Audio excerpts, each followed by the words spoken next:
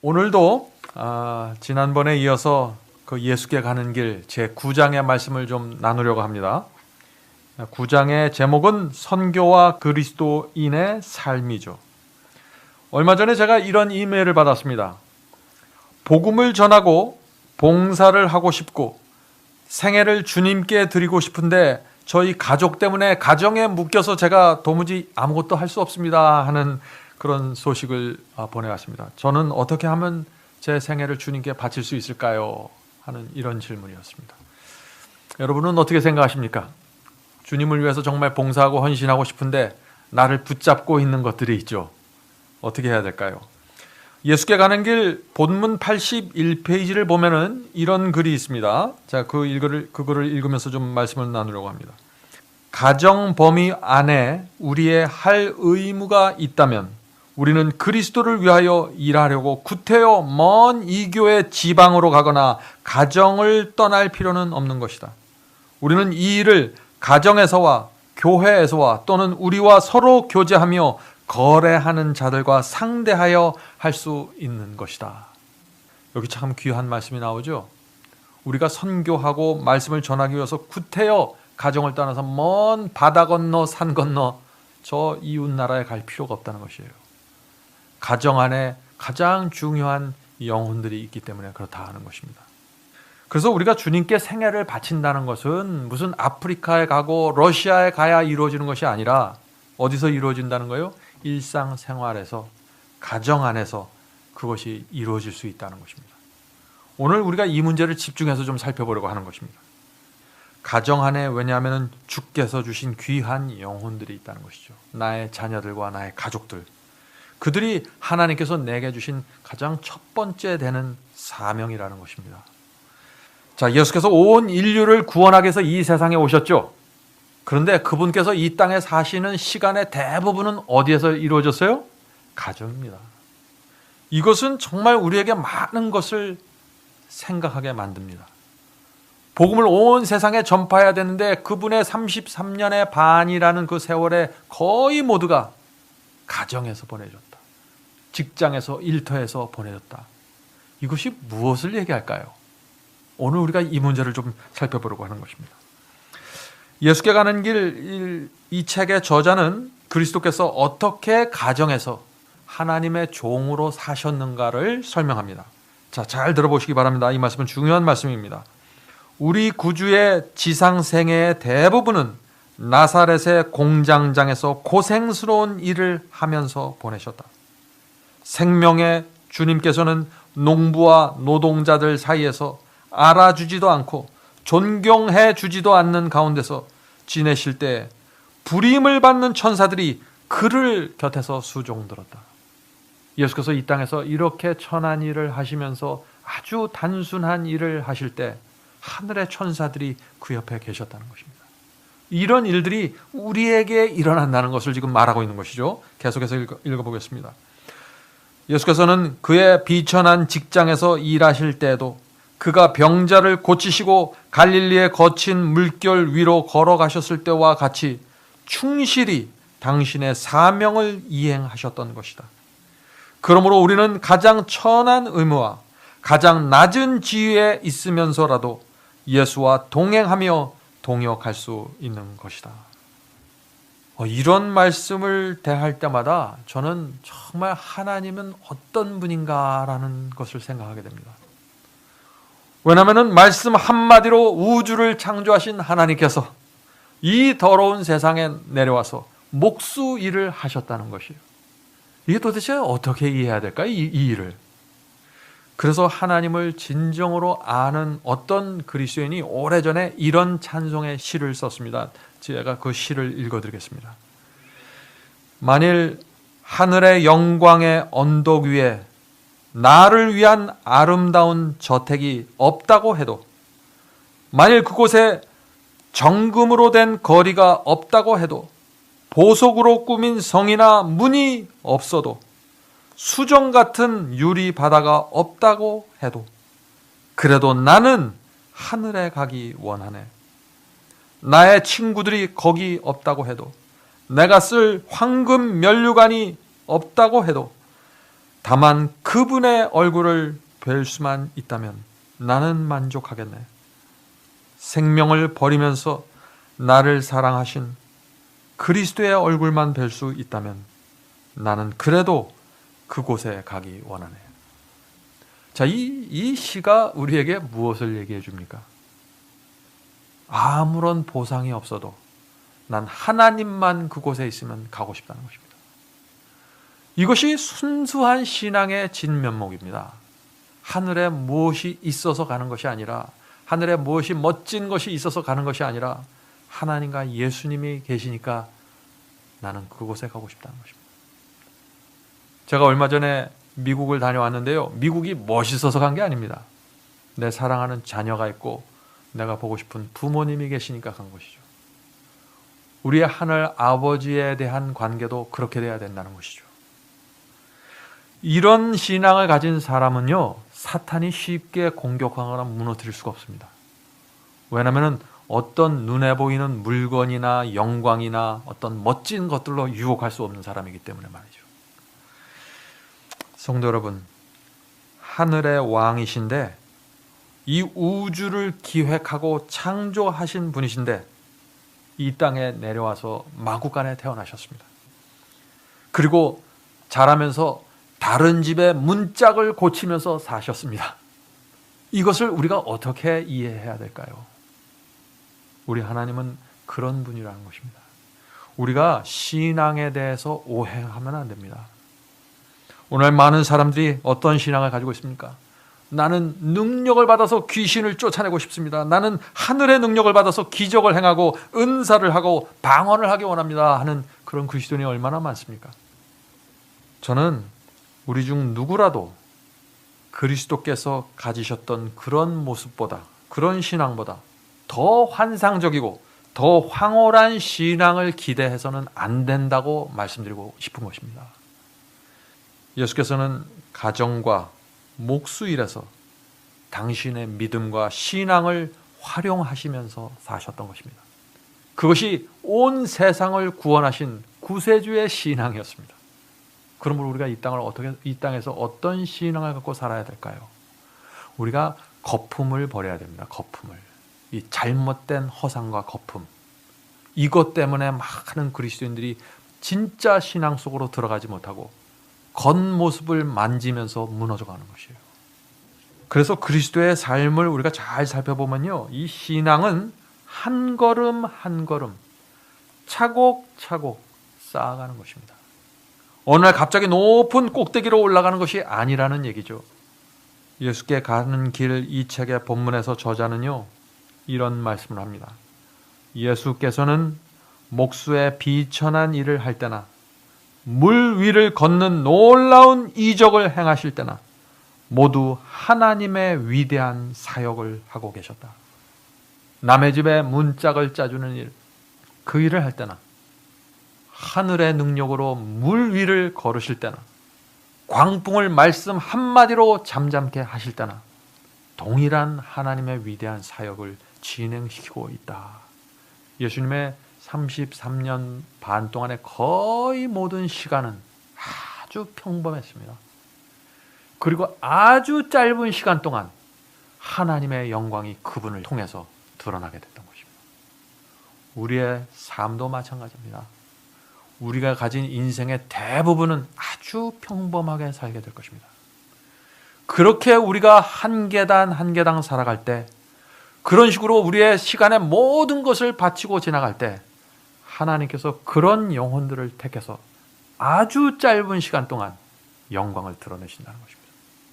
그러므로 우리는 그 짧은 순간을 위해서 내가 가진 모든 것을 사용하고 바치는 아주 평범한 삶을 살게 된다는 것입니다. 지나간 제 삶을 되돌아봐도 그렇습니다. 제가 지금 여기서 설교하고 있지만 제가 가지고 있는 인생의 대부분은 아무도 알지 못하는 곳에서 조용하게 살아왔습니다. 우리 모두 그렇게 하나님께서 인도하신다는 사실을 잊지 않는다면 우리의 신앙이 지금보다 훨씬 더 가라앉아서 한 걸음 한 걸음 나가게 될 것입니다. 여러분들 그 사실을 믿습니까? 네.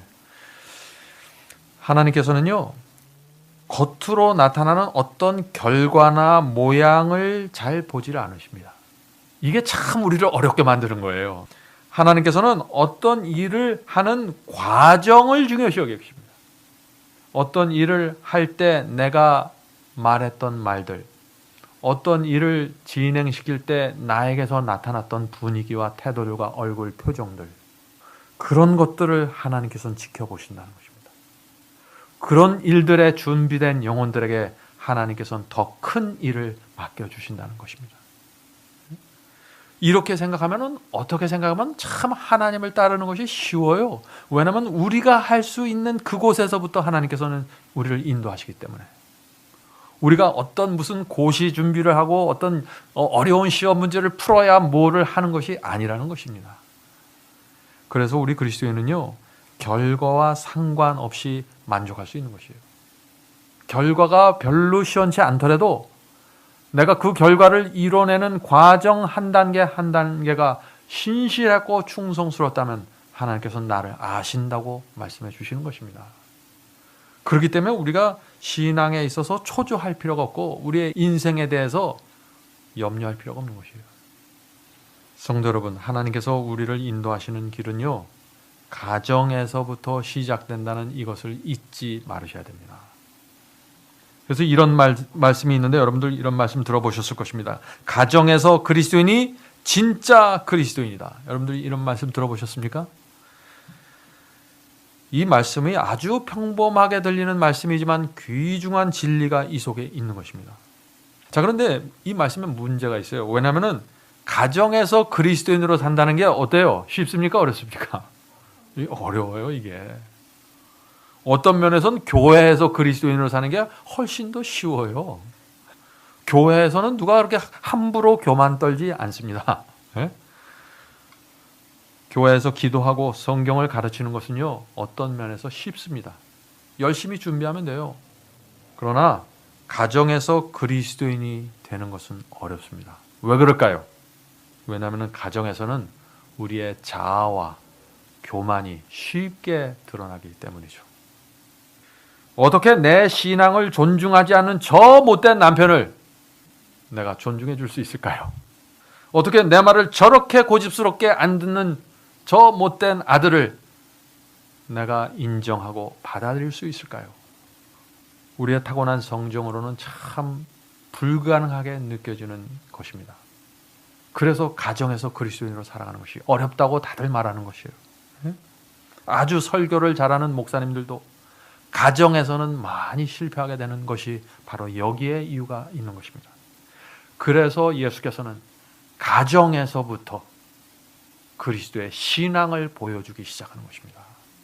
우리가 그 길을 놓쳐버리면 우리의 신앙은 거품이 돼버리고 헛된 허상에 불과하게 되는 것이죠.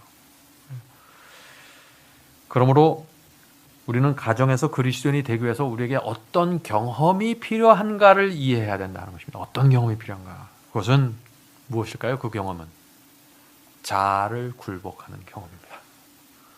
내 욕망과 내 감정이 올라올 때 그것을 내가 어떻게 쳐서 복종시킬 것인가 부인하고, 요 신앙의 비결을 배우는 사람들이 그리스도께서 가정에서 그리스도인으로 살았던 것처럼 살아갈 수 있다는 것입니다. 이 말씀 참 중요한 말씀이죠. 그래서 성경을 자세히 들여다보면요, 결국 두 종류의 사람들이 나오는 것입니다. 어떤 사람들이냐? 자아를 굴복시키는 방법을 배운 사람과 그것을 배우지 못한 사람들이 성경의 주인공으로 계속해서 나오는 것입니다. 자, 그 어떤 사람들이 나오죠? 성경에. 그래서 요셉같이 아름다운 성품을 가진 사람들도 나오고 삼손 같은 사람도 나오는 것입니다. 하나님께서는 여러 종류의 사람들을 성경의 주인공으로, 성경의 이야기의 대상으로 삼아서 성경을 기록하고 있는데 그 사람들을 자세히 들여다보면 결국 두 종류의 사람들이라는 것이죠. 자기의 느낌과 감정을 지배하고 복종시키면서 살았던 사람들. 그렇지 않으면 그것에 끌려당하면서 살았던 사람들. 이 두 종류의 사람들로 나눠진다 하는 것입니다. 자, 우리가 그리스도인으로 살지 않으면요, 가정에서 그리스도인으로 살지 않으면은 하나님의 인도하심을 받는데도 상당한 어려움을 느끼게 됩니다. 자, 제가 말씀드린 가정에서 그래서 그리스도인이 아니면은 하나님께서 그런 사람들은 인도하지 않는다, 그런 얘기가 아니에요. 저는 이것은 어떤 불변의 공식 같은 것은 아니지만은 하나님께서 우리를 인도하실 때 많은 경우에 먼저 우리 주변에 있는 사람들, 우리 가족과 친구들과 이웃들을 통해서 우리의 길을 열어주신다는 것입니다. 어떻게 해요? 그들의 마음을 감동시킴으로써. 내 가족의 마음을 감동시키면서 내가 갈 길을 열어주시고, 내 친구들과 이웃들의 마음을 감동시키면서 내가 갈 길을 열어주신다는 것이죠. 어떤 때는 그들을 통해서 어려운 직장도 잡게 인도해 주시고, 그래서 항상 내 측근에 있는 영혼들을 통해서 하나님께서 우리를 인도해 주시니까, 그래서 예수께서 무슨 말씀하셨어요? 내 이웃을 사랑하라 하십니다. 너는 저 멀리 바다 건너 있는 저 어떤 사람을 사랑해라, 그렇게 말씀하지 않으시고 내 이웃을 사랑하라, 가장 가까이 있는 사람들. 그래서 가정에서 그리스도인이 되는 건 어렵다는 것입니다. 자, 우리 예를 들어서 한 번 더 이 문제를 살펴볼까요? 만약 어떤 사람이 목사의 길을 걸으려고 하는데 가장 가까운 데 있는 아내와 자녀들이 반대하면 어떻게 될까요? 그 길이 열릴 수 있겠어요? 참 열리기 어려운 것입니다. 아내와 자녀들이 우리 남편은, 우리 아빠는 결코 성직자가 될 수 없습니다, 이렇게 반기를 들면 어떻게 할 거예요? 안 되는 것이에요. 그러므로 하나님의 부르심도 많은 경우에 가정에서 시작되게 된다는 것을 제가 말씀드리는 것입니다. 오늘 말씀을 이렇게 들으면서 참 마음에 어려움을 느낄 수가 있는 것입니다. 저도 이 말씀이 쉬운 말씀은 아닙니다. 부족함이 많은 사람이니까. 그래서 어떤 분들은 이렇게 생각할 수 있는 것입니다.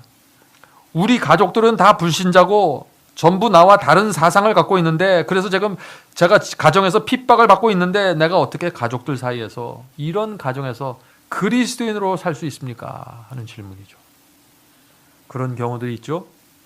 가족이 한 신앙 안에서 연합된 상황과는 그런 경우에는 달라질 수 있는 것입니다. 저는 그런 분들을 많이 보았습니다. 참 안타깝죠. 그런 분들은요, 성령께서 주시는 지혜를 받으셔야 됩니다. 가정에서 진리를 지키는 동시에 내 신앙을 인정해 주지 않는 저 가족들을 어떻게 내가 불쌍히 여기면서 섬길 수 있는가? 성령께서 주시는 지혜와 성령께서 주시는 마음이 필요한 것이죠. 그런 분들은. 그런데 그런 분들은 그 속에서 정말 참된 신앙을 배울 수 있다면 평범하고 안정된 가정에서 신앙을 한 사람보다 훨씬 높은 경지의 수준으로 또 올라가게 된다는 것입니다. 그래서 모든 것은 공평해요. 가정에서 남편이나 아내와 영적인 투쟁을 치열하게 하면서 지내는 분들 중에 많은 분들이 이런 고민을 또 합니다. 목사님, 하루 이틀도 아니고 어떻게 매일 남편의 업신여김을 견디면서 살 수 있습니까? 제가 어떻게 내가 그런 상황 속에서 자아를 죽이면서 끊임없이 하나님께, 성령의 음성에 복종하면서 살 수 있습니까? 그런 내 삶이 너무나 고달프고 힘들지 않습니까? 하나님을 믿는다는 것이 이런 것인가요? 하는 이런 질문이죠. 지금 이 질문이 특별한 질문 같아요. 저는 제가 이메일을 받고 문자를 받으면 이런 질문들이 굉장히 많이 들어와요. 그래서 제가 이 문제를 다루는 것이에요. 저는 그런 분들을 대할 때마다 정말 제 마음속에서 동정이 일어납니다. 왜냐하면 그것은 정말 인간이 상상할 수 없는 그런 어려움이기 때문에 그렇습니다. 안정된 가정에서 사는 평범한 그리스도인들은 도무지 상상할 수 없는 고통을 통과하면서 지내는 그리스도인 남편과 아내들이 있습니다. 그런데요, 하나님께서 그분들을 아십니다. 그들이 당하는 핍박과 고통을 하나님께서 기억하시고 반드시 잊지 않고 보상해 주실 것입니다. 여러분들 그 사실을 믿으십니까? 하나님께서는요, 중세기의 핍박을 피하기 위해서 알프스 깊은 곳에 들어가서 외로움과 추위와 배고픔 속에서 고생한 그 성도들을 잊지 않으시는 것처럼 지금 이 순간에 가정에서 고통스럽게 신앙을 지키면서 살아가는 남편과 아내들을 기억해 주신다는 것입니다. 얼마나 감사합니까? 우리는요, 중세기에 핍박당한 그리스도인들을 보면서 오늘 가정에서 외롭게 살아가는 그리스도인의 모습을 또 보게 되는 것입니다. 똑같은 것이다 하는 것이에요. 산속에 들어가서 고난받으면 그건 위대한 것이고, 가정에서 내가 외롭게 사는 것은 이것은 조금 낮은 수준이 아닌가? 아니라 하는 것입니다. 아무리 힘들어도, 아무리 내가 고통스러워도 하나님께서 지금 나를 아신다고 생각하면은요, 어떤 어려움도 견딜 수 있지 않겠습니까? 하나님께서 나를 아시는데. 가정에서 고통당하는 성도 여러분들이 있습니까? 그런 분들은 이 말씀을 좀 기억하시기 바랍니다. 고린도전서 2장 9절에 나오는 말씀이죠. 고린도전서 2장 9절입니다. 하나님이 자기를 사랑하는 자들을 위하여 예비하신 모든 것은 눈으로 보지 못하고 귀로도 듣지 못하고 사람의 생각으로도 생각지 못하였다 함과 같으니라. 하나님께서 지금 이런 엄청난 하늘을 준비하고 계신 것이에요. 정말 우리가 상상할 수 없는 아름답고 상상할 수 없는 하늘의 보상이 가정에서 고통당하는, 가정에서 투쟁하는 남편과 아내들을 위해서 예비되어 있다. 이것을 기억하고 명상하라 하는 것입니다. 우리가 정말 그런 하나님을 안다면은 우리의 삶과 우리의 태도가 달라질 것입니다. 앞에서 읽어드렸던 그 시처럼 우리에게 아무런 보상이 없다고 할지라도 제가 하나님만 만날 수 있다면 나는 이 고통의 강을 건너가겠습니다. 그것이 그리스도인의 신앙입니다. 단 한 번만 시선이 마주쳐도 나의 모든 처지와 나의 모든 고통과 감정과 억울함을 구석구석 꿰뚫어 보시고 동정하시는 예수께서 나를 지켜보시는 것입니다. 내가 가정에서 어떤 고통을 당하면서 살고 있는가를, 이런 생각을 하게 되면요, 내가 가진 고민이 썰물처럼 밀려나가는 것을 우리가 느끼게 되는 것입니다. 우리가 정말 예수님을 만나서 영원히 살 수 있는 특권이 지금 우리 손 안에 쥐어져 있는데, 그리스도와의 가정에서 자아를 굴복시키는 삶이 계속된다고 해서, 그것이 힘들다고 해서 신앙을 포기할 수 있습니까? 그럴 수 없다는 것입니다. 성도 여러분, 용기를 내시기 바랍니다. 우리 교우 여러분들 중에 가정에 문제가 있고 자녀들이 아프고 남편 때문에, 아내 때문에 고통당하는 그리스도인이 분명히 있을 것이라고 믿습니다. 그러나 그분들도 날마다 영적 투쟁을 하면서 외로울지라도 계속해서 주께서 인도하시는 길을 따라가야만 하는 이유는 하나님께서 저와 여러분을 보시고 알기 때문입니다. 그 사실 하나만 갖고도 우리 마음속에 위로가 있고 평안이 있어야 되는 것입니다. 성도 여러분, 가정에서의 신앙과 성품이 시작점이 된다는 것입니다. 시작점이. 우리가 호수에 돌을 던지죠? 그럼 어떻게 됩니까? 돌이 물에 떨어지면서 파장이 일죠. 물결이. 작은 파장이 울면서 점점 더 큰 원을 그리면서 퍼져나가게 되는 것이죠. 하나님의 부르심이 그렇게 이루어지고 우리가 가지고 있는 이 성령의 가마력도 그렇게 퍼져나간다는 것입니다. 가정에서. 자, 계속해서 예수께 가는 길 본문을 좀 읽도록 하겠습니다. 아주 단순하지만 귀한 진리가 지금 이 말씀 속에 이어지게 됩니다. 자, 이 말씀을 좀 들어보시기 바랍니다. 장사꾼도, 사업을 하는 사람도 자기의 직무를 충실히 이행함으로써 구세주를 영화롭게 할 수 있다. 참 기가 막힌 말씀이죠. 장사를 하면서도, 내가 물건을 팔면서도 하나님께 영광을 돌릴 수 있는 삶을 살 수 있다 하는 것입니다. 어떻게 할까요? 자, 계속해서 읽겠습니다. 만일 그가 참다운 그리스도의 제자이면 그는 자신의 신앙을 그가 행하는 모든 일에 실천하며 사람들에게 그리스도의 정신을 드러내게 될 것이다. 직공들도 갈릴리의 산간에서 비천한 생업으로 수고하신 그리스도의 충성스러운 대표자가 될 수 있다. 참, 얼마나 감동적인 말씀입니까? 그리스도를 믿는 신자들은 다른 사람들로 하여금 자신의 선행을 보고 저희의 조물주와 구세주를 영화롭게 할 수 있도록 살아가야 한다. 이것이 비결입니다. 성도 여러분, 우리가 지금 예수께 가는 길에서 지금 뭘 공부하고 있죠? 아주 평범한 일상생활을 통해서, 아주 소박한 가정 안에서, 아주 비천한 일들 속에서 하나님께 영광을 돌리는 삶을 지금 얘기하고 있는 것이에요. 하나님께서 가장 중요한 신앙의 기초석을 지금 우리가 살펴보고 있다 하는 것입니다. 그래서 자신을 하나님께 바친 사람이라면은 이런 고민을 하게 되는 것입니다. 주님, 제 생애를 통해서 제 가정 안에서 어떻게 하면 하나님을 제가 나타낼 수 있을까요? 그래서 예수께서 마태복음 5장 16절에 이런 말씀을 하시는 것입니다. 마태복음 5장 16절입니다. 이같이 너희 빛을 사람 앞에 비추게 하여 저희로 너희 착한 행실을 보고 하늘에 계신 너희 아버지께 영광을 돌리게 하라. 자, 이 착한 행실이라는 것은 물론 행위죠. 우리가 다른 사람들을 돕고 어떤 물건을 나눠주고 밥을 나눠주고 먹을 것을 나눠주는 행위입니다. 그러나 이 행위 속에는 무엇이 포함되어야 돼요? 자아를 굴복시키는 성품이 포함되어야 한다는 것입니다.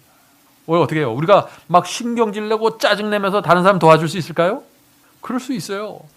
어떤 사람 막 화를 내면서 교회를 열심히 합니다. 그러나 그게 그런 식으로 이 선한 일고 착한 행실이 이루어지면 하나님께 영광을 돌릴 수 없다는 것이죠. 그렇죠? 그래서 바울이 뭐라고 했습니까? 아무리 비천한 일일지라도 죽게 하듯 하라고 했어요. 그 골로새서 3장 23절에 그 말씀입니다. 죽게 하듯. 우리가 하나님께서 우리 가정 안에 있으면 우리가 어떻게 그분을 대할까요? 우리가 주님께서 우리 교회 매주마다 참석하시면 우리가 어떻게 그분을 대할까요? 그렇게 하라는 거예요, 바울은. 그렇게 우리가 살아갈 때 우리의 감화력이 물결처럼 퍼져나가게 되는 것입니다. 그래서 이 감화력이라는 것은 지금 이 본문에 보면 아주 단순한 곳에서 시작되어 출발되어야 된다는 것입니다. 내가 살아가는 목적과 이유가 다른 사람의 행복과 유익이라는 사실이 내 가정에 있는 사람들에게 인식이 되어야 한다는 것입니다. 내 남편이 나를 보면서 내 아내가 살아가는 이유와 목적은 자기를 만족하는 것이 아니라 다른 사람들을 위해서 살아가는구나, 내 아내가. 그렇게 남편이 아내를 바라보기 시작하면은 불신자 남편이 하나님께 영광을 돌릴 수 있는 분위기가 조성이 된다는 것이죠. 성령께서 그 남편에게 접촉할 수 있는 길이 열리게 된다는 것입니다. 굉장히 중요한 얘기죠. 우리가 내가 살아가는 목적이 무엇인가, 내가 이 세상을 살아가는 이유가 무엇인가, 이것이 정말 순수하다는 사실이 밝혀지잖아요, 우리 주변 사람들에게. 그래서 조용히 자연스럽게 이것이 입소문을 타고 퍼져나가면은 하나님께서 그런 사람들은 반드시 사용하신다는 것입니다. 반드시. 그래서 하나님께서는 그런 사람들을 사용하시기 때문에 그런 사람들이 하는 수고와 노력과 애씀은요, 단 하나도 허지로 돌아가지 않게 된다는 것입니다. 사실 우리 그리스도인이 정말 참된 신앙으로 살아가면은요, 내가 어떤 선을 행했는지도 모른 채 살아가게 돼요. 왜냐하면 그것이 너무나 자연스럽게 나오기 때문에. 우리 스스로는요, 많은 경우에 어떤 내가 특별한 일을 했다고 느끼지 못할 수도 있는 것입니다. 다른 사람이 볼 땐 참 선하게 살아가는데 내가 내 자신을 볼 때는 그냥 나는 평범한 일을 날마다 해가는 것처럼 느껴질 수 있다는 것입니다. 우리 속에 있는 성령의 감동은 그러나 여전히 무의식 중에서도 축복의 파동을 일으키면서 우리 주변 사람들의 마음을 감동시켜 간다는 것입니다. 우리 자녀들을 감동시키고 우리의 남편과 아내와 이웃을 감동시켜 간다는 것입니다. 여러분들은 이 사실을 이해하시겠습니까? 굉장히 중요한 것입니다. 그래서 내가 가정에서 내 주변 사람들에게 어떻게 대하고 내 속에서 성령의 역사가 어떻게 나타나게 되는지, 이것은 굉장히 중요한 일이죠. 이렇게 중요한 일임에도 불구하고 예수께서 오시는 그날까지 우리의 봉사와 섬김과 헌신은 그렇게 크게 부각되고 나타나지 않을 수도 있다는 것입니다. 여기에 어려운 것이에요. 많은 사람들이 내가 오늘 선한 행위를 했으니까 2주일 안에 내가 어떤 결과를 얻기를 원하죠. 하나님의 축복이 이달 안에 내게 떨어지기를 기다리죠. 그렇게 안 될 수 있다는 것입니다. 그래서 그리스도인은요, 내가 살아가는 인생의 마지막 날을 보면서 살아가는 것입니다. 마지막 그날에 내가 받을 수 있는 모든 보상을 받는 것입니다. 그날까지는 나에게 아무런 축복과 보상이 없는 것처럼 느껴질 수도 있다는 것입니다. 그런 신앙을 갖는 사람은 지치지 않게 됩니다. 여러분들 동의하십니까? 네, 이건 굉장히 중요한 일입니다. 그러므로 우리는요, 우리가 봉사하고 희생하고 헌신하는 결과에 대해서 염려할 필요도 없고 초조할 필요도 없고 그 결과가 지금 어떻게 이루어지고 있나 들여다보려고 애쓰지 않아도 됩니다. 어떤 때는요, 저도 이런 문제에 빠져요. 한번 설교를 하고 말씀을 전하고 글을 쓰면은 어떤 결과들이 올까 자꾸 기다리게 돼요. 뭐가 없나? 그럴 필요 없다는 것이에요. 내가 말씀을 전한 이유와 동기와 목적이 순수하고 내가 가진 모든 것을 주님께 드리면서 했으면은 결과는 하나님께서 알아서 걷어가시기 때문에. 자, 이제 말씀을 마치도록 하겠습니다. 우리는 날마다 아침에 눈을 뜨면은요, 하나님께서 오늘 섭리로 맡겨주신 일들을 그저 신실하게 감당하면서 살면 되는 것입니다. 어떤 위대한 사명과 위대한 꿈을 꾸면서 살아갈 필요가 없는 것이에요. 내 앞에 주어진 의무를 신실하게 감당하다 보면은 하나님께서 그 다음에 계단을 주시고 그렇게 인도하시는 거예요. 우리 자녀들도 그렇잖아요. 자녀들도 하나를 줬을 때 하나를 신실하게 하는 걸 보면 그 아이한테 어떻게 해요? 부모가 10배, 20배 더 길을 열어주고 싶잖아요. 더 많은 기회를 주고 싶잖아요. 하나님도 우리를 그렇게 인도하신다는 것입니다. 우리가 그러므로 우리 작은 일에 충성하면서 살면은요, 그런 사람의 생애는 결코 헛되이 끝나지 않습니다. 반드시 하나님께서 한 걸음씩 그들을 인도하시면서 영적으로 그들을 성장시키시고 신의 성품에 참여케 하시고 그들을 높이 들어 올리시는 순간이 찾아온다는 것입니다. 그 순간이 어떤 순간일까요? 어떤 경우에는 고난이 될 수 있고 어떤 때는 다니엘의 새 지구의 풀무불이 될 수 있고 어떤 때는 사자굴이 될 수도 있다는 것입니다. 그런 순간에 하나님께서 크게 역사하실 수 있다는 것입니다. 얼마나 기가 막힌 일입니까? 하나님께서는 우리에게 그런 순간이 오게 되기를 기다리고 계시다는 것입니다. 우리가 가정 안에서 진실한 그리스도인으로 한 걸음 한 걸음 살아간다면 말이죠. 그래서 그런 신앙을 갖고 나가면은요, 우리가 하나님의 마음에 날마다 큰 기쁨을 주는 자로 이 세상을 살아가게 된다는 것입니다. 그런 사람들은 마음에 진정한 평안이 있고 참된 행복의 비결을 아는 사람들이 되는 것입니다. 자, 이것으로 해서 이제 우리가 예수께 가는 길 제9장 선교와 그리스도인의 봉사를 모두 마치도록 하겠습니다. 우리가 다음 주에는요, 제10장이죠. 하나님을 아는 지식, 이 문제를 또 살펴보도록 하겠습니다.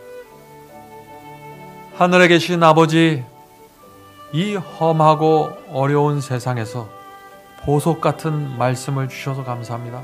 주의 말씀이 없었다면은 저희가 가정 안에서 당하는 고통과 시련을 어떻게 이기고 극복할 수 있을까요?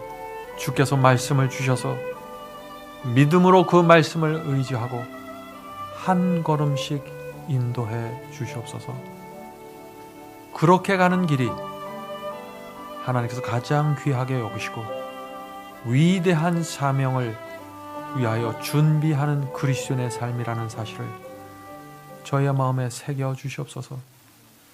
가정 안에서 저희의 자녀들에게 나누는 대화와 분위기가 하나님께서 귀하게 보신다는 사실을 우리의 심령 속에 새겨 주시옵소서. 성령께서 날마다 저희에게 오셔서 저희의 마음을 위로해 주시고 부드럽게 해 주셔서 저희 속에서 나오는 말들이 하늘의 음성이 될 수 있도록 도와주시옵소서. 저희 가정 안에 그리스도께 나오지 않는 가족들이 있습니다. 자녀들이 있고 남편이 있고 아내가 있습니다. 주여, 그들을 불쌍히 여겨 주시옵시고 저희를 통하여 하나님을 보여주시옵소서. 이 모든 말씀 예수님의 이름으로 간절히 기도드립니다. 아멘.